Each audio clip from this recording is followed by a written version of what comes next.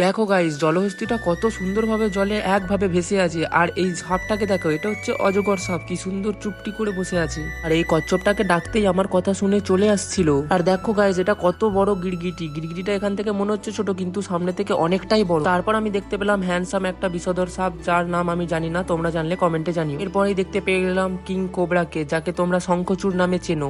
দেখো গাইস, দেখলেই ভয় লেগে যাচ্ছে, তাই না? এই চলে আসলাম ডাইনোসরের কাছে। না না, এটা সত্যিকারের ডাইনোসর না, এটা হচ্ছে একটা নকল ডাইনোসর। এখান থেকে গিয়ে দেখি কুমির আমাদেরকে দেখে লজ্জায় পালিয়ে যাচ্ছে। তারপর আমি চলে আসলাম হাতি দেখতে। আর হাতি দেখতে এসে একটা কথাই ভাবছিলাম, জীবনে যেগুলো টিভিতে আর ফোনে দেখেছি সেগুলো আজকে আমি সব রিয়েলে দেখছি। এখান থেকে আমি চলে আসলাম বাঘ মামাকে দেখতে। বাঘকে দেখে একটা কথাই ভাবছিলাম, বাঘ তো হলুদ কালারের হয়, সাদা হলো কবে থেকে? তারপরে জানলাম যে সাদা বাঘও হয়। তারপর আমি ওখান থেকে চলে আসলাম হলুদ বাঘ দেখতে। আর এই বাঘটা তো আমার দিকেই আসছিল, তাই জন্য এখানে বেশিক্ষণ আমি দাঁড়াইনি। এসে দেখি সে নিজেই ভয়ে গাছে উঠে বসে আছে। আর এইখানে দেখো একসাথে কত হরিণ। আর এটাকে দেখে তো আমি ময়ূরই ভেবেছিলাম, তারপরে জানলাম এটা ময়ূর না, এটার নাম আছে, আমি ঠিক জানি না, তোমরা জানলে কমেন্টে জানিও। আর চ্যানেলটাকে সাবস্ক্রাইব করে রাখো।